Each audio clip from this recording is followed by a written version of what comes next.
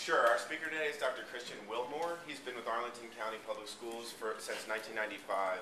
He's done a lot internationally, and both here in the community and internationally, and he's been kind enough to take some time today to tell us a little bit about that, what he's done, what he continues to do. He holds a doctorate of education from the University of Virginia, and he's recently been appointed the president of Wakefield.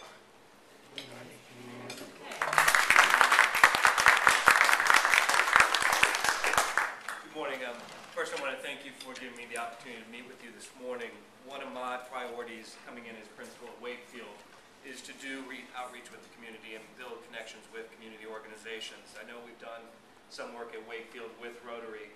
In fact, when I sent an email out yesterday to my administrative team reminding them I'd be late today, I said I'm going to the Rotary breakfast to talk, and within 30 seconds, my director of counseling, Amy Sheila, responded in capital letters, "We love Rotary." So thank you for the support that you have shown for Wakefield. Like I said, we have done some things in the past, and what I hope to do is share with you this morning kind of who we are, what we are doing to support our students, what our successes and accomplishments have been, maybe some of what our challenges are, so that we can continue to work together in the next couple of years. First, Wakefield is one of 3 comprehensive high schools in Arlington. We are the smallest of the 3. Currently our enrollment is about 1,370, which is about 250 less than what it was when I started at Wakefield 9 years ago. Due to the economic situation in South Arlington, we did see a decrease in enrollment. We've held pretty steady for the past 2 or 3 years. We have a very diverse student population, both racially, economically, socially. We have about 40% of our students are Hispanic, about 30% of our students are black, 20% are white, and 10% are Asian. About a third of our students are English language learners. About 51, 52% of our students qualify for free and reduced price lunch. So when you look at some of that, some people would have some concerns about what our students are accomplishing, but we're very proud of the fact that last year in Jay Matthews' Challenge Index, we're in the top 1.5% of high schools in the country. Last year, our class of 2010 had about 300 students.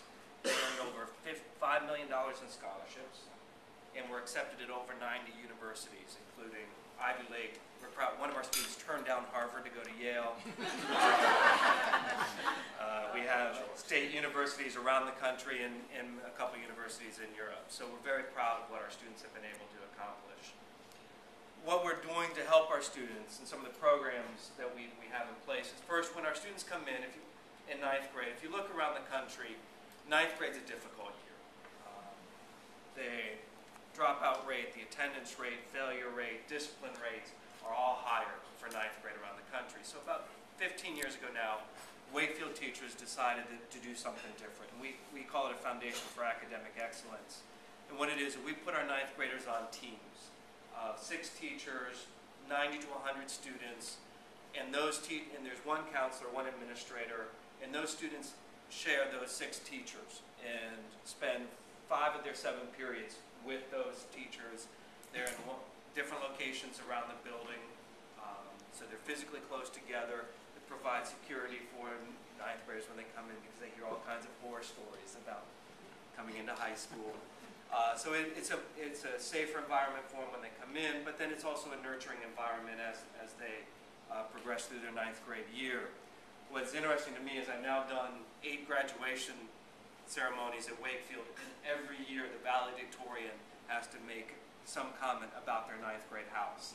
And then all the students start screaming and yelling, house 1, house 2, house 3. We didn't come creative names. We're not like Hogwarts with house 1, house 2, house 3.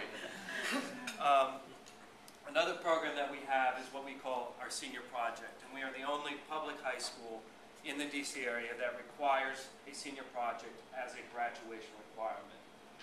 Most students take it as a class. They begin the year for the first month and a half or so working with an advisor to come up with a topic, a proposal. Then they write a description of what they want to do, how they propose to do it, and what they hope to accomplish in the end. Topics are a variety of things that are of interest to the students, and that's what we encourage them is look at something of interest to you. We have students who are maybe interested in mechanics, and so they research and rebuild a car. We have students who want to study the medical career and do internships in the hospital. We have students that want to learn a new language, and so they study that. We have students who want to research their culture, learn about foods in Bolivia, and they research that. So it's a whole variety of things that they do. After about a month and a half of that, they reach the point where they can sign out. And because a lot of the work is done outside the school day, they have to keep a log and document 180 hours. And then at the end of the year, they do a presentation to a panel. They have a panel, their advisor, they're someone who is familiar with the topic. They have to find someone familiar with the topic that they're researching and work with them and meet with them throughout the time that they're working independently. And then a student, a senior in good standing, and they present to this panel and then either pass or redo. It's not a fail. You don't fail, but you may have to redo your project. Another program we have is a countywide program, is the immersion program. There's students that start at Key Elementary and at Claremont Elementary doing half their day in English and the other half in Spanish. They progress up through Wakefield and they begin their day, or begin in Immersion 1, perfecting their language, reading, writing, speaking. They have the opportunity to study abroad in Costa Rica. They can do their senior project in Spanish if they wish. Last year we became what's called an International Spanish Academy, meaning we have like a partnership with the Embassy of Spain and the Ministry of Education in Spain to provide opportunities to expand on their Spanish language skills. We also have a program called the AP Network. It's grown out of a couple of different initiatives. Starting about probably 10 years ago, 15 years ago, teachers walked around Wakefield and we began some serious discussions. And you know what? Our advanced classes, advanced placement classes, intensified classes don't look like Wakefield. They were predominantly white and predominantly female. We said that's not acceptable. We need to change this. And so we began a number of initiatives and then we organized them under the AP Network. And the goal of the AP Network is to get every student who wants to go to college to experience an AP course. Because the research shows that even if you don't pass the AP exam with, you can get a score of 1, 2, 3, 4, 5, and 3 or higher is passing. Even if you don't pass the exam, the experience of an AP course is good preparation for college. And so we're trying to really encourage students to take an AP course in their 4 years at Wakefield. But we recognize you just can't throw a student into an AP course. So under the AP Network, we've developed a couple of support programs. One is what we call Summer Bridge.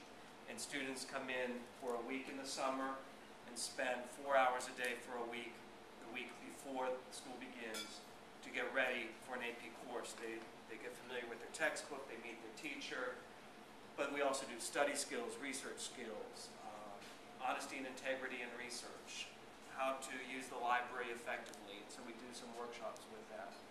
And every year we max out at 180 students, and we hit 180 students every year who come in, giving up a week of their summer vacation. We do training for our teachers so that they all are trained in AP. And then we also have created a study program because many of our students have responsibilities after school, either jobs or caring for younger siblings. And so what was keeping them from taking an AP course is they didn't have the time to do the homework at night. So we have a AP study seminar for one period of the day for 54 minutes where students can work with AP teachers to complete their homework and to get help and to get assistance. We were very proud of the fact in 2006 the AP Network was chosen by the College Board as an inspiration winner. They recognized 3 high schools every year, and we were one of the 3 winners in 2006. We were very proud of that. Like I said, about 15 years ago when we looked at what our AP courses don't look like Wakefield, let's begin programs to address that. And one of those programs that came out at that time was what we call the cohort.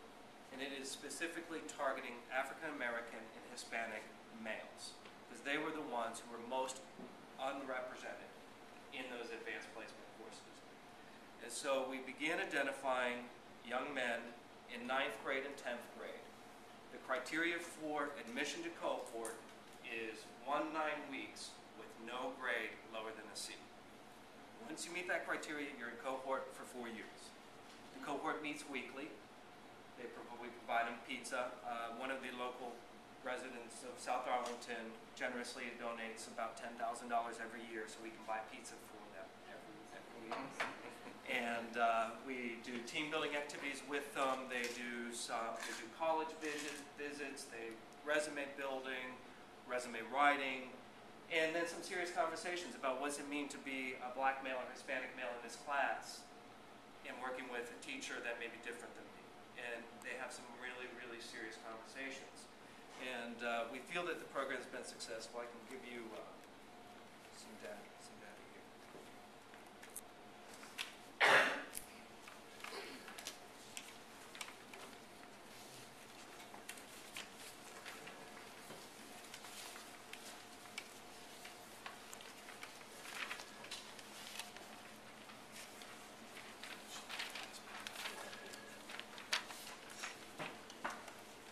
On the side, there's one side that has 2 tables on it. Is the first year of the cohort in 2000, 2001, we started with 25 students, and then we added a year every year after that. So the size of the cohort has been steadily growing, but like I said, that was also at the same time where the student enrollment was declining. So we're very proud of, while the overall student population was declining, our cohort population was increasing. The second chart shows the percentage of students that have been accepted into college from each year of the cohort, with several years at 100%. Last year's group, 89% of them were accepted at 4-year universities. Then on the back shows the impact that we've had on getting these young men in AP courses. The lighter bar on the left of each side is the number of AP courses that those students have taken, and then on the darker color on the right-hand side of each segment is the number of black or Hispanic male students taking those AP courses. So what you see from 99 to 2000, the year before